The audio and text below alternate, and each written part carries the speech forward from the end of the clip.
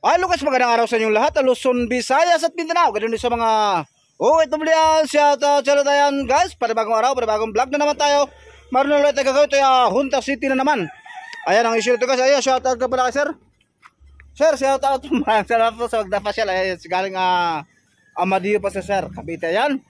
Cavite pa rin. Ayan, ito naman ang issue naman ito guys. Sabi ni sir, ay sira yung kanyang lower suspension. Rubber bushing. Kaya ito guys na backlash na namin. Kaya hindi ko na ipagkita sa inyo guys. Gawa ng bisi-bisihan naman tayo. Ayan. Ito guys ang kanyang lower suspension. Kitang-kita natin ang kanyang bushing. Ayan guys, yung sira talaga. Ayan. Ito guys ang unang-una talaga bumibitaw dito. Ayan. Tapos damay na rin natin ito guys. Kasi ayan. Medyo maluwag na rin yung kanyang maliit na bushing. At ito guys, huwag natin patagalin. Samahan nyo kami at atin ang gagawin ng bushing nito. Okay. So ito guys ang ating bushing para sa lower suspension. Ayan. Atin ang binibilo.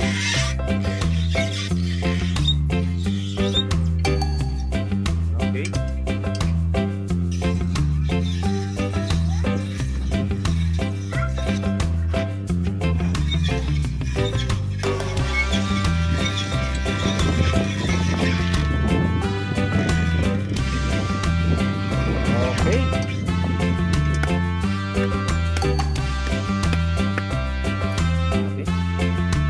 So ito guys, nabilog na natin. Ito mga patay. Ito guys, ito mga lagyan sa staples.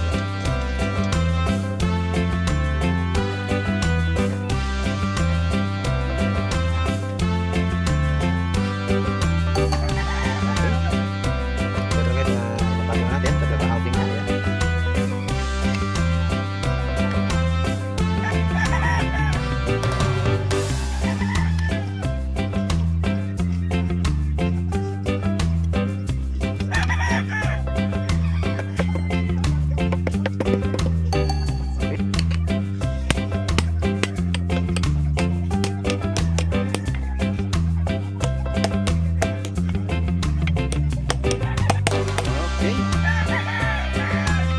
Pasok natin. Ito guys, ito papasok natin ang bushing. Ito naman guys yung maliit. Yan.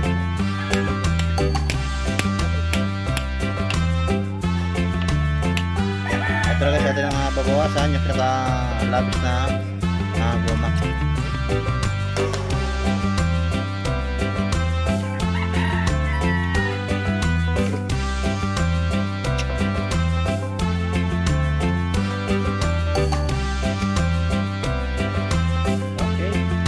Guys, kikinisin na lang. Ito guys ang ating lower suspension rubber bushing. Ayan, okay na ating mga bushing. Ayan. Ito guys, bali 4 piraso yan. Dalawang malaki at saka dalawa ding medyo maliit. Ayan. Ayan guys, huwag natin patagalin. Samahan nyo kami at natin ang ikakabit. Okay?